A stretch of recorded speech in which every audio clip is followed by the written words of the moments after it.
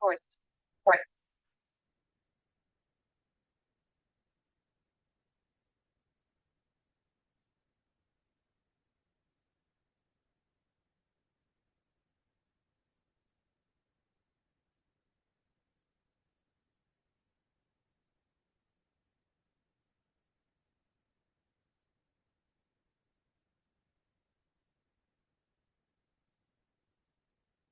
Morning.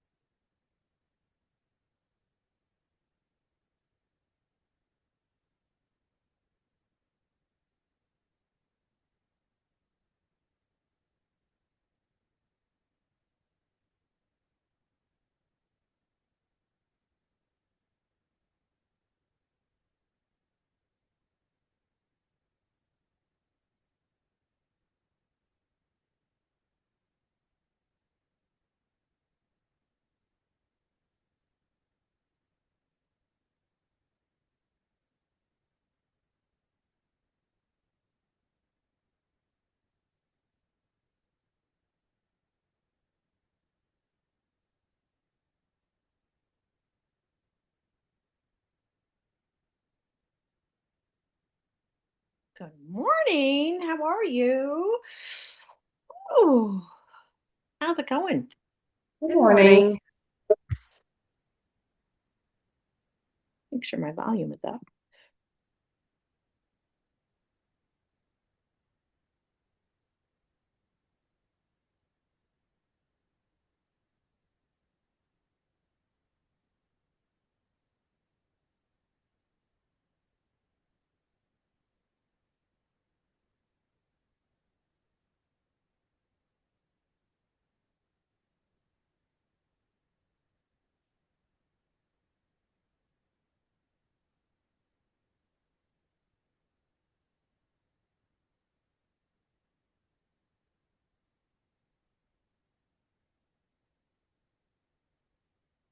I can't hear you.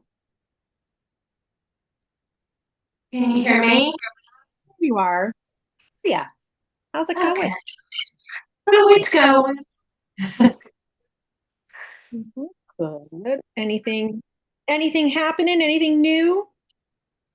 Oh, just running fires all over the place that can't make a decision.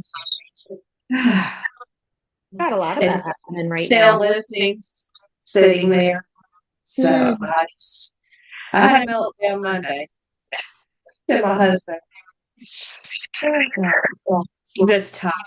Been running 7 days a week. Hmm. Oh, Yeah. You're echoing a little bit. You're on twice. I'm not sure why. I don't know either. Just you got two devices on. I don't know how. I don't. Oh, echo. Let's see. Got that. Maybe. That help? Is that better? Nope. No. Still echoing. Got a little echo happening.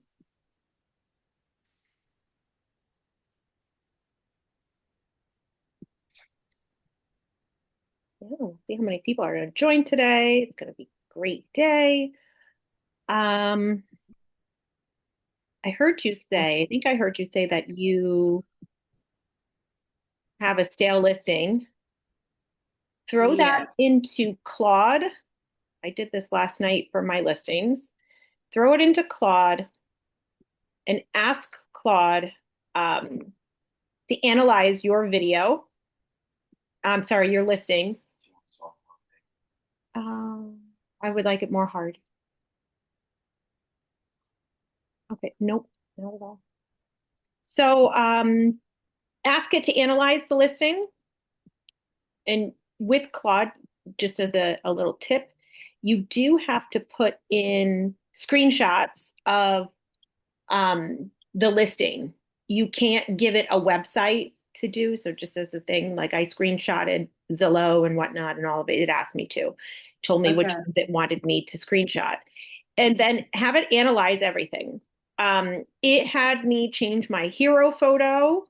It is rewriting my script for me and reordering my photos in the suggestion for where they think it needs to be.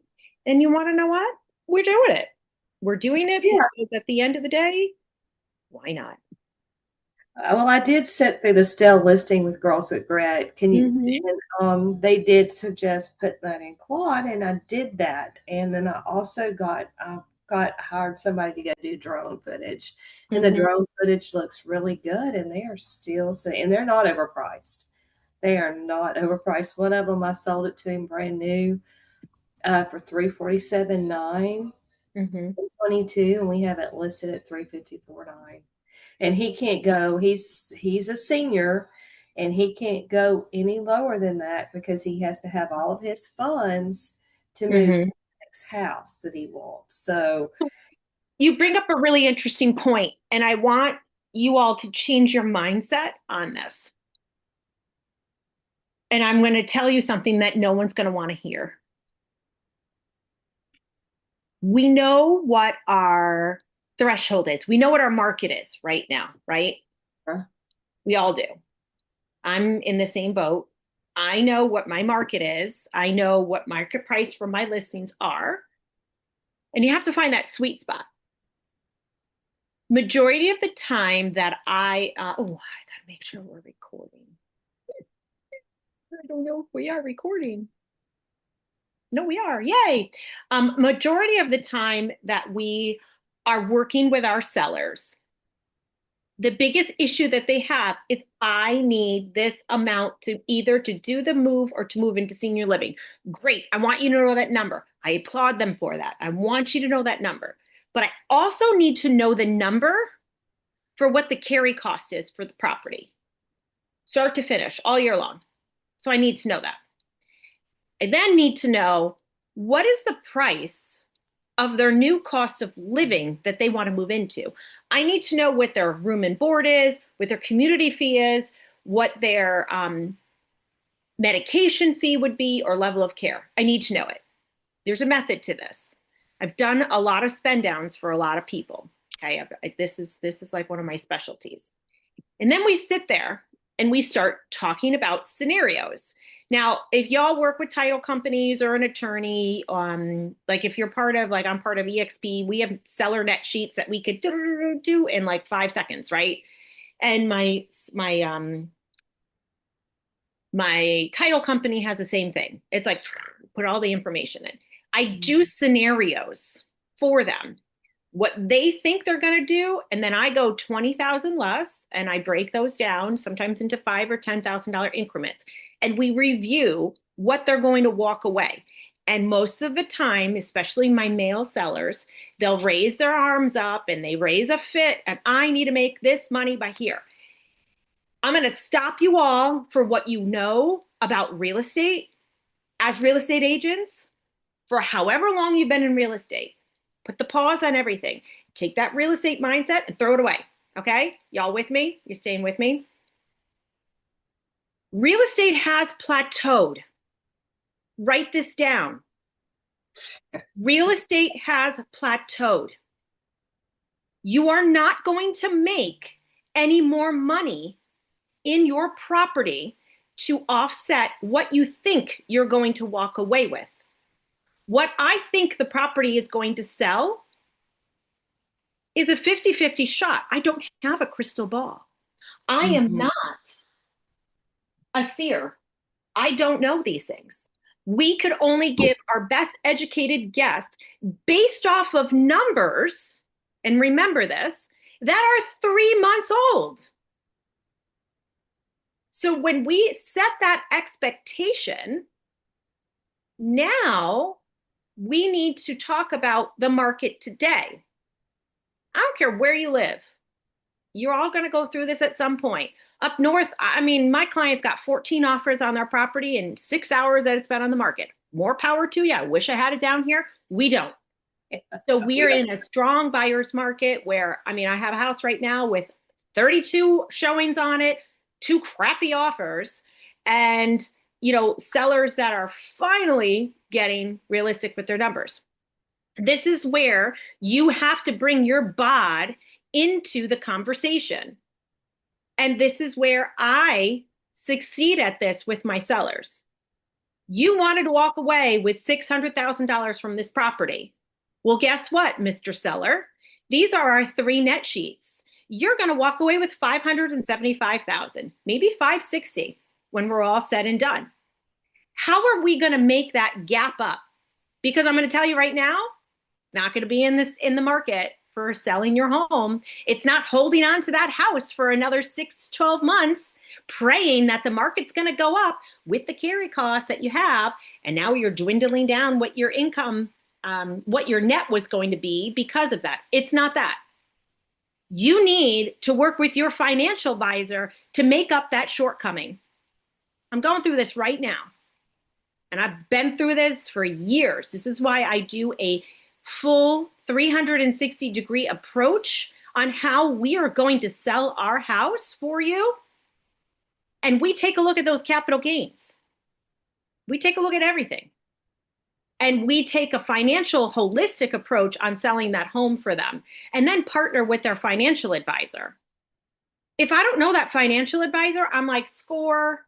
I get to meet a new financial advisor and ask them to be on my bod and see how we can partner together. That's a win-win. Now, when they're still hesitant, then I say, this is what we're going to do. Mr. Seller, the house has been on the market for 90 days, no offers. We need to get on the phone with your financial advisor to see what products they have out there. Treasury bonds, CDs, whatever the case may be. We need to see how we're going to make this money up for you. So we're going to get you whole because you're going to make it up in the stock market. I can guarantee you, but you ain't going to make it up in the real estate market. Numbers are the numbers. We can't fudge them. Numbers don't lie. Someone's not going to overpay for your home when mortgage rates just hit another high this week and mortgage applications dropped for the first time. So here's what our plan's going to be. I don't know if y'all can see my screen. This is something that I used to use, and I'm going to go back to use. It is an understanding when we sign a listing, and it's called the 3 outcomes. One of these things will happen next. 1, the property receives little action, low to no showings. 2, the property has showings, but no offers. 3, the property sells. And then there's an explanation of what that is. And you review this with your sellers, and they have to agree at the bottom in order for me to sign their listing. I understand and agree with this concept, and they have to initial it. Then we all get copies. Now, the property, property sees little no action, no showings. It can mean one thing. Market's rejecting the price. Boom. Solution, reposition the bait. Large price reduction. $5,000 price reduction is not going to move the bucket. It's not going to get you where you did. We overshot the market value. Number 2, the property has showings but no offer. In other words, the property is a bridesmaid, not a bride. Kind of funny. And we talk about this and we reposition, smaller price adjustment on that one just to get it back to the hot sheet so we can get more people interested into the range that they want to actually make an offer. The property sells. We hit the market just right. We may be fortunate enough to have an offer right away. A quick offer doesn't necessarily mean that we underpriced it. It means that we were fortunate to hit the market at the perfect time.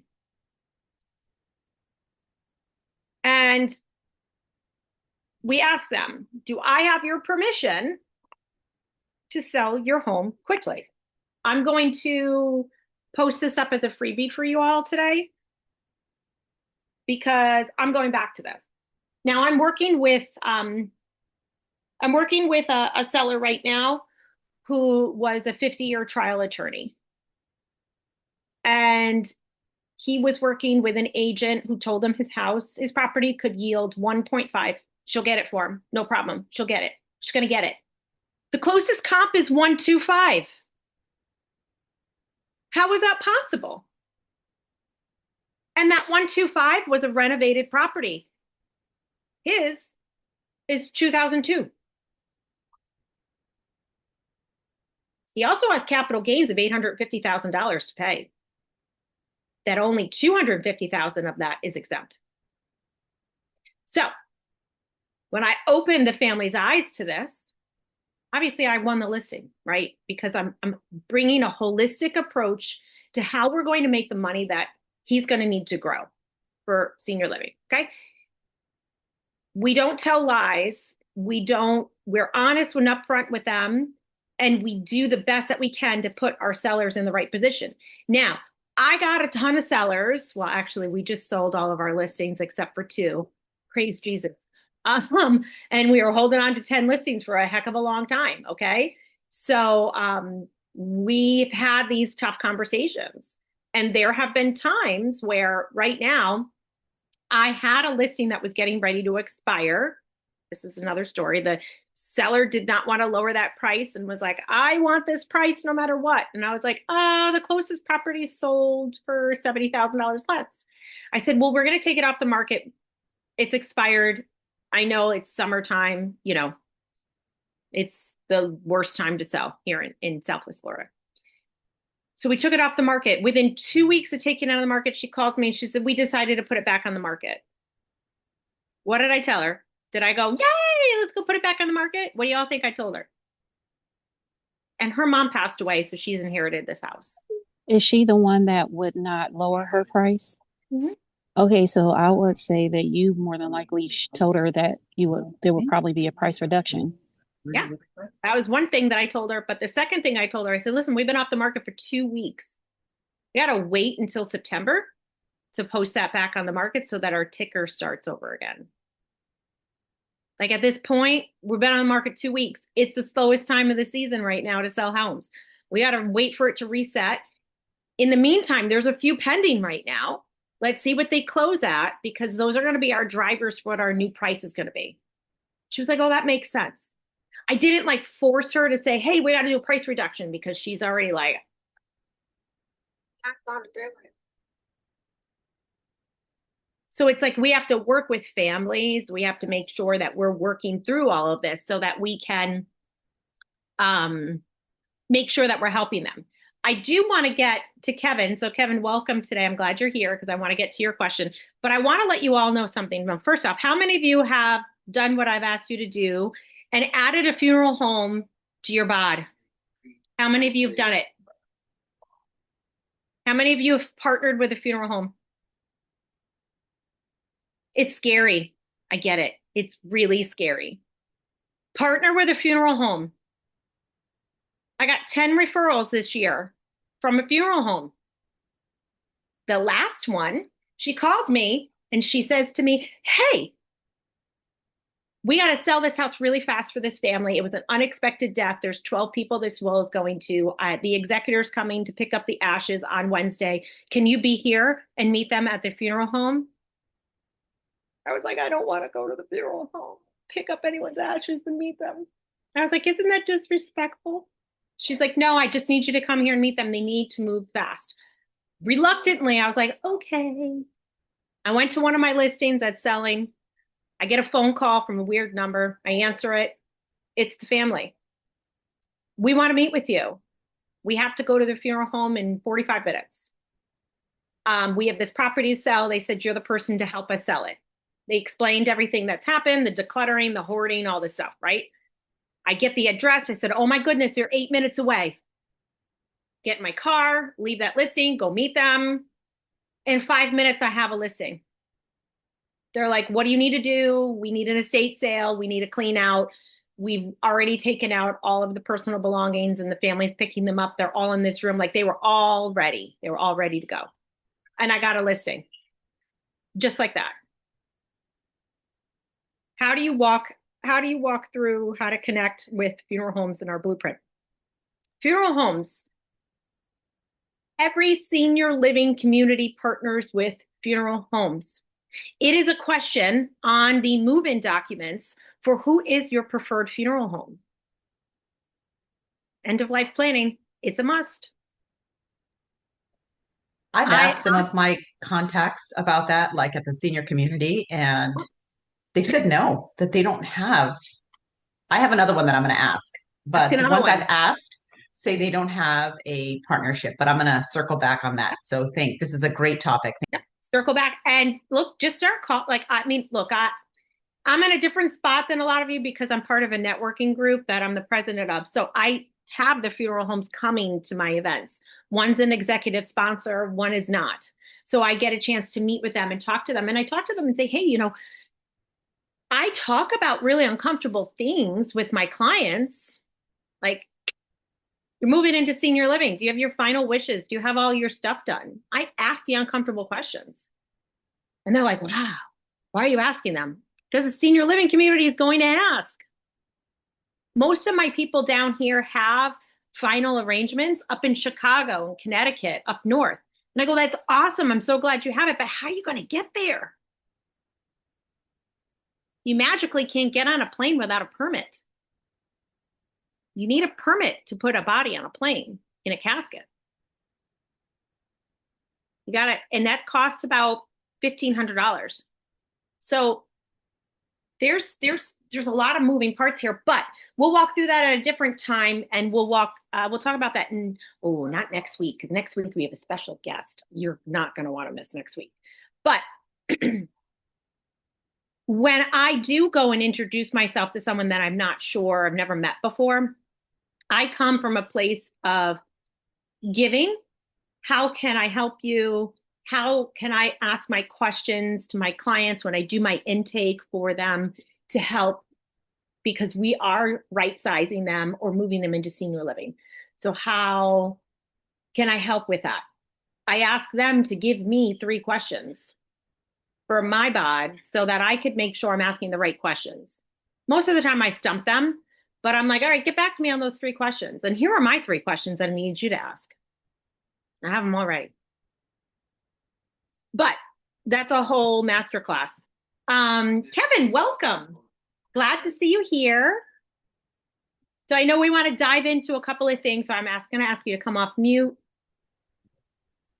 So I want you to ask your question that you sent me a message on yesterday, if you don't mind, so we can walk through this.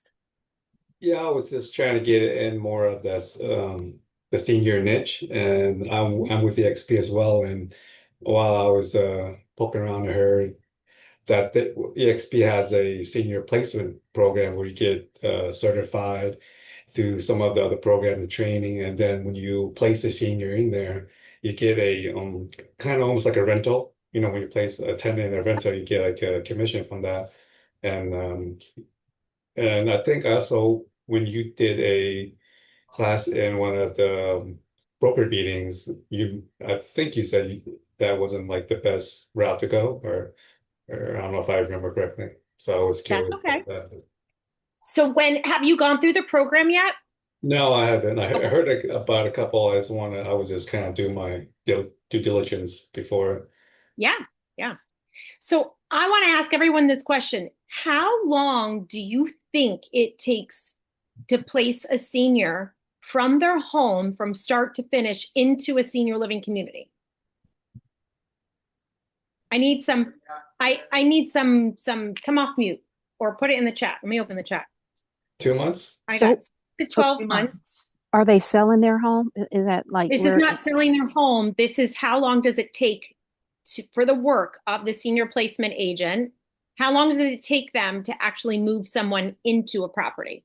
I would say 30 to 60 days. Mm-hmm. I got 12 plus months, 3 to 6 months, 3 to 6 months, 6 to 12 months. Okay.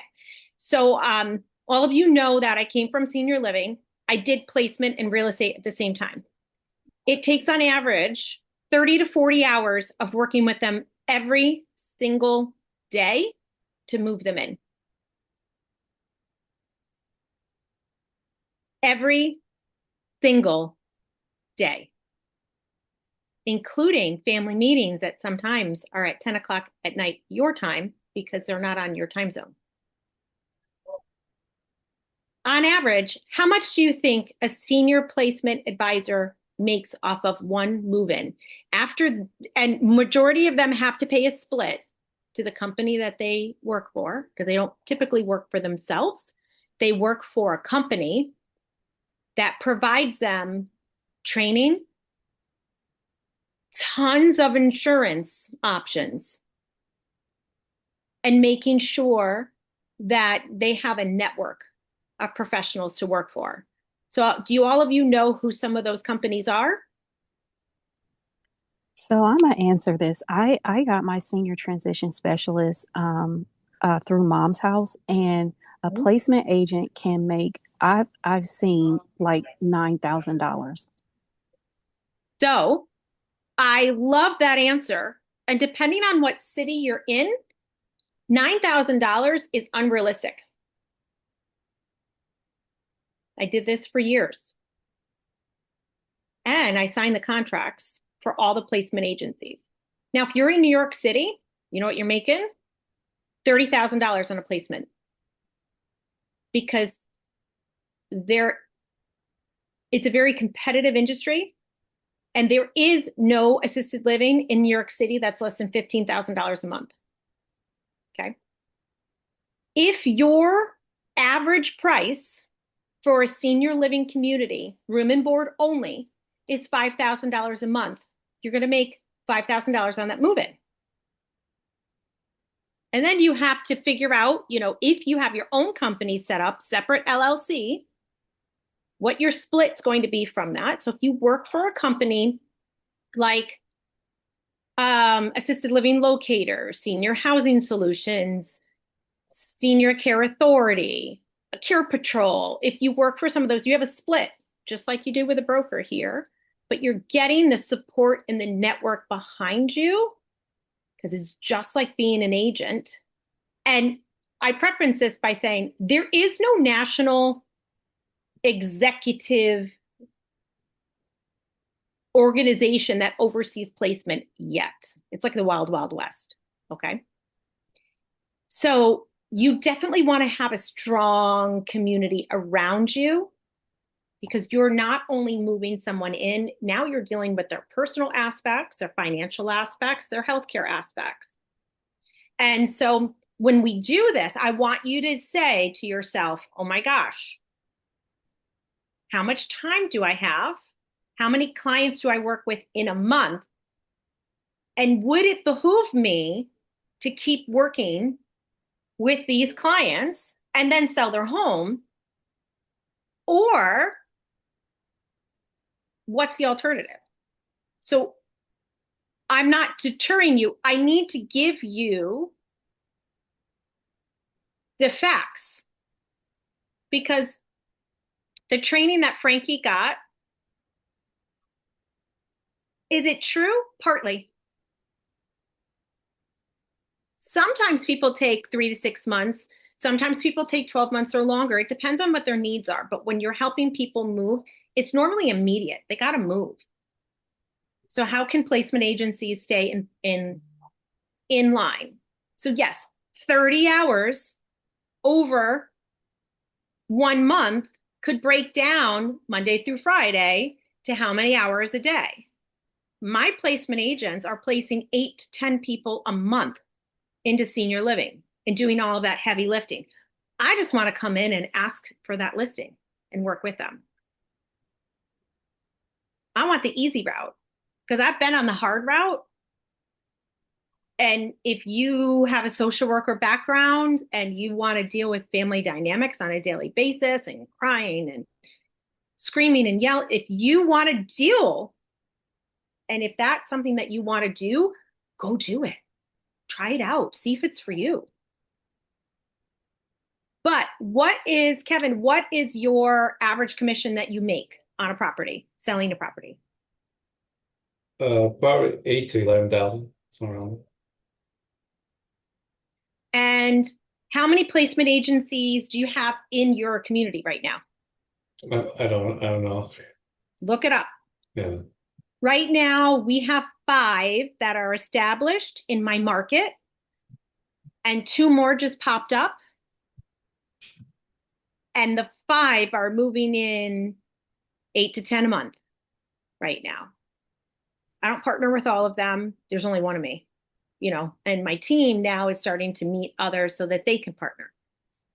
So everyone has an agent that they know from church or from their neighborhood. And what my partners do on my bod the best for me is say, I get that you have an agent that works with you, but you don't have a Felicia. And then they sing my praises because I've worked with their clients before. And I've helped them out of some really difficult things. And they go, you still got to just meet her. You're going to love her. And when they meet me, it's my job to make them love me, right? It's your job to make them love you. So you have to weigh out what is going to be the best use of your time. The second part of placement is not only taking that certification, which is going to help speed up, it matters where you take it from, right? It's going to help you speed up what you want to do and making sure you get all the information. But now you got to get all the contracts signed. Now, when you deal with placement, you can have the senior that reaches out to you because they got referred to you, but then they have an adult daughter that lives in like Kansas, let's just say. And if you don't have contracts with every company in your town and your surrounding town, you're not going to get paid. Those contracts have to go through the corporate office and they got to get signed. It's not a give me. They're not going to give you the money. You have to have a formal contract, an agreement signed with them. Now, in the meantime, if you only have a few contracts and that adult daughter picks up the phone, and who are they going to call? Who is the largest placement in the nation right now? Who is it? Y'all know who it is. A Place for Mom. Place for Mom has robots. Mom's House isn't placement. A Place for Mom is. So A Place for Mom, they call. My dad lives in Naples, Florida. We're thinking about moving him into senior living. Oh, what's your dad's name? Chuck Nelson. Awesome. How old is he? 80. They put it in. What is he looking for? Assisted living. And within seconds, that lead went out to 95 communities in my market. Guess what happens when I send my email? I'm working with Chuck Nelson. We would like to come see this property. We're touring. Da da da da. Oh, great. Let me check our database. Oh my goodness. Yesterday, the daughter had a call from A Place for Mom. We already have that lead. It goes to A Place for Mom.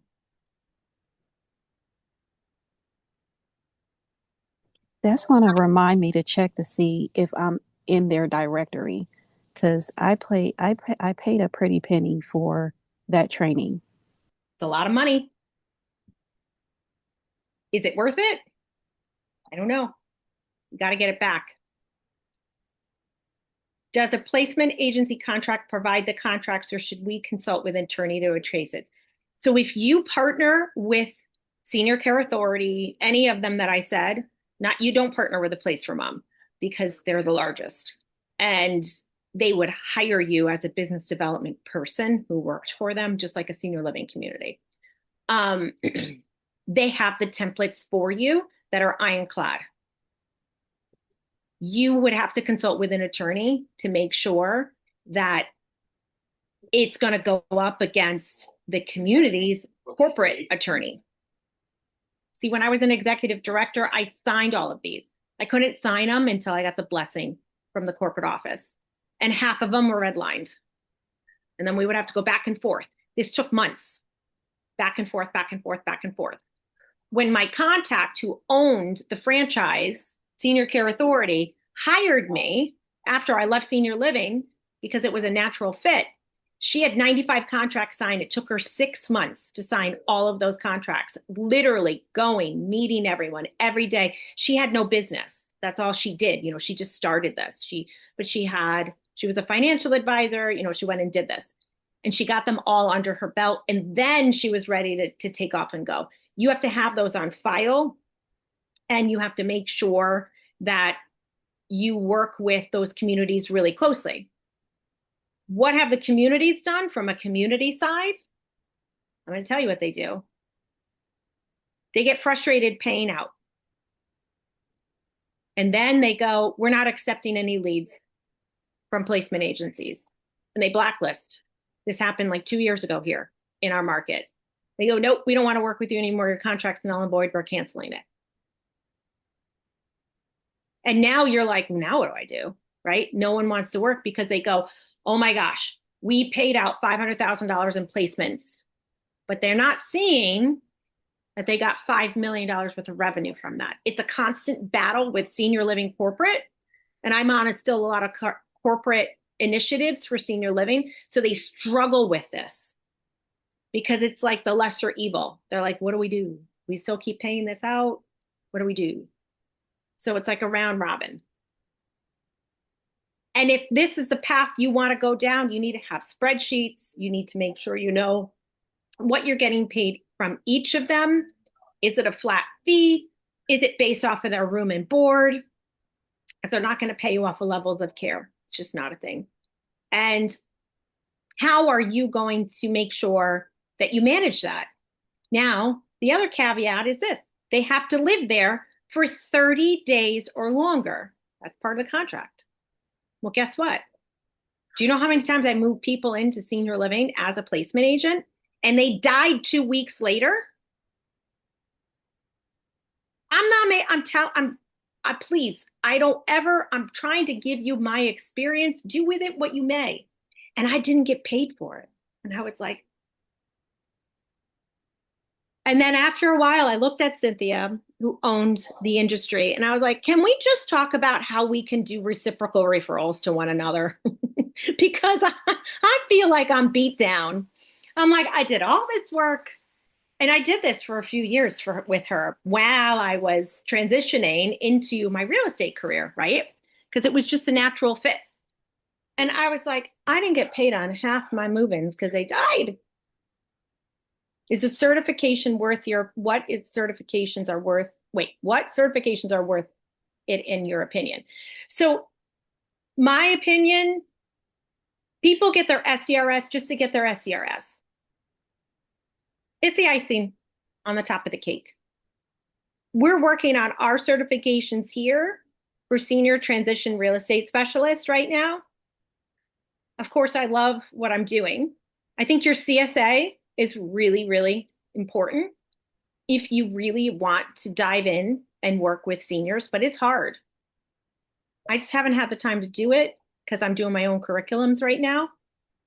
And I still have a very productive team, but that is on my list that I want to go through. The CSA is on your list? Certified Senior Advisor. Why do you think that one over the SRES one? SRES, you can ask anyone. How many of you have your SRES on the call? I do, and I don't learn nothing from it. Correct. I'm going to tell you, I'm cleaning my office out because, I have a lot of shit. And I'm cleaning my office out and I go, I got my SRES thing where I was certified, right? I was like, oh, that's awesome. I go on the website. I go to the Facebook group. I'm on the Facebook group for the chance off that maybe there's a referral that comes through. I go to their website for their marketing. I see who's using their marketing and I go, I don't like it. It's too wordy. I'm like, do you think that CSA is worth it? I think CSA is worth it. It's going to do it on your off time. We all have off season. Some of you, it's the winter time, right? So if you're going to do it then. But we are going to be doing a probate training class. And I think that is very, very, very, very, very important. We got two things in life that we're going to always have: death and taxes. Well, Felicia, I did my SRES and I am a senior. I I enjoyed it because it gave me such great insight Mm-hmm. as to really who I am, why I do this or feel this way, and Yeah. what's important to me, and how to deal with those that are generations ahead of me. So for that reason, I felt it was very valuable because it gave me that education. Now, is it The icing on the in a cake. business way? No. But I do feel, and I've got all the alphabets behind my name that you can possibly get. And it's foreign to the public, right? But for Yep. some people that know, and for agents that may, be looking for somebody that has that, I do feel like sometimes having the certification does give you a little edge over somebody who doesn't. Yeah. It can. And so here's the thing is they don't know what it means. So if these aren't bad to get, and I say SRES, it's $100, go do it, right? My MLS runs $100 special all the time. Go do it. Certified agent in place, Frankie has as well. If you want to do a lot of remodeling and age in place options, that's a good one too. But that's if that's going to be if you're ready to do flips and help people retrofit their homes, absolutely. But here's my question to all of you who've had these certifications. What business has it brought you? Measurable business has it brought you? Agree. It hasn't. And I am one of those that when I put it out there, I don't do the SREs. I spell it out because Yeah, the they don't know public what that doesn't means. understand, right? Yeah. But you're right. It hasn't brought anything. And then, I know in where you are, you have a lot of communities. Where I am, we don't have that many communities. So we don't even have move managers in my area. So, that's where I've been kind of getting a little frustrated, and is trying to find some of these bod people that I should be getting. And I looked them up. I can't find anybody for that. I mean, what do you Let do me about ask. that? Let me ask Matt Paxton, who is going to be opening up a clutter cleaner in your market. So, Less. yep. So, and if that's something um, that's something that I think is really helpful because he's giving you a move management. If anyone is interested, just let me know. I'll connect you with him. They're doing move management in a box. It's called Clutter Cleaner, and it's a big franchise, and it's tied to his new show. So they talk about it at the end. But at the same point in time, if I were to start over and do a dual business, what do you think it would be? Clutter Like cleaner. I'm sorry? Clutter cleaner? Clutter cleaner. I would. If I had to start all over, I would have my real estate with my team, and then I would open up the clutter cleaner and find someone to replace me on the clutter cleaner and teach them as I was teaching, and have them run that side and me run my side. And with the clutter cleaner, it's the move. It's a whole move management. It's movers, but you're not actually the mover. You're partnering with other movers. And You're doing that's the what I psychology need. side. When they're So asking me who, I don't know who to recommend because I don't have so anybody. it's a business opportunity for you to create that, right? And we can talk and dive into that a little bit more because I have at 11 o'clock. We have a blueprint, 2.0 blueprints at 11. But that's what I would do because everyone's got to move. All those seniors that I told you that are moving into senior living down here, they've all got to move, and they're not using a regular mover. They're not have like two guys in a truck coming to move them because they need it all packed up. They need to make sure it fits. They need to make sure that it's like seamless for them, right? And that concierge service. So that's where I would move. And how much do you think the average senior, and this is the average, not the state of Florida, we'll talk about the state of Florida. How much do you think the average declutter specialist makes on an hourly rate? 125? Any other guesses? I would say 10,000 for an average project. Smaller What about house, hourly rate? Yeah, say hourly rate. 35. The national average for the country is $300 an hour. Ladies and gentlemen, if I can't open your eyes Changing my career. to anything, it's not changing your career. It's adding on an arm to your business. If you can partner with someone who can help you, and it's not that you need to partner with someone right away, but if you can find someone to help do your showings for you, do your photography, do those little ends and flows for it, because you can't be everything to everybody. I've learned that the hard way. So if you could start nurturing someone and then have someone who's going to help you actually pack up people's belongings and do the keep, donate, sell. And this is what we're talking about at 11 o'clock too. Right sizing versus downsizing presentation. If you can find someone to do that and help you, and you could start by asking friends, hey, do you want to make $30 an hour? Come and work with me. Come and help me pack this up, because that's what they get paid. The packers, they get paid $30 an hour. So you got to have a separate LLC. This is a whole thing that we can talk about. You could make a whole heck of a lot. My last move into senior living, it was a 2,200 square foot home. They moved every room except for 2 rooms and the lanai, and it was 10 grand to move them into senior living. And they paid it because they were in their 90s, they can't pack up. So if you want to forge a path for yourself, what's going to help you move? What's going to help you in the long run?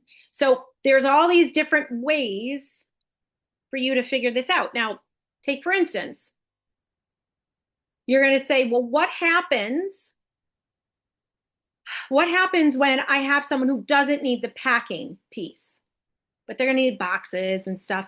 You're going to provide that for them. And then you're going to create a relationship with movers, and you're going to tack on your fee to it for your consult fee. So you're still going to make money from that move. And it's part of your business. So it will run through your LLC that you have. So the senior transition real estate specialist, that's what we're going through on the senior blueprint right now. That's my certification that I have. Yeah. So this is going to help you grow 2 arms of your business. Because we all know people relocate all over the place. So if you're interested in that, just shoot me a text or write move in the chat so I can go back to it later. But I want you to realize that if you're going to open another arm of your business, I want it to be lucrative for you. And I want you to think about how much time you're able to give to it, and realistically, who's going to utilize it, and then what your projections could be.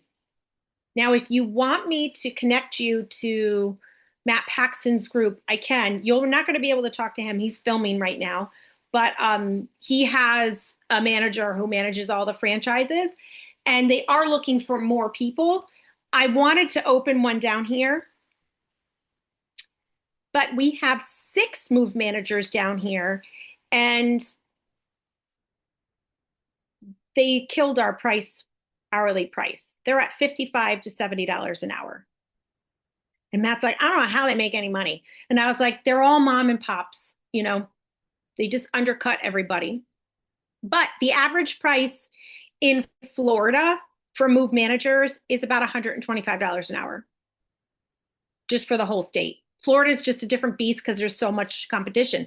Now, in Lisa's case, she doesn't have a lot of competition, so she could start at $200 an hour. You have to figure out what you're going to, what you would want to do. But if I were to do it all over, I would do a business in a box that had all the tools, all the things, and then morph it into what you want it to be once you learn it, right? That's what we do in life. It's the same thing in real estate. Same thing what you're learning with me. I'm teaching you, we're on our 5th presentation. It's a presentation in a box. You can take it, leave it, change the colors, figure out what you're going to do, take parts of it, create your own presentation from it. But all of your marketing pieces are tied to it, and it's like a presentation in a box. I would do a business in a box. And I'm too late now. There's too much competition. No one's going to pay me $125 an hour. They're going to be like, well, I can get Betty Sue for $55. All right, we went over a little bit. Do y'all find this helpful?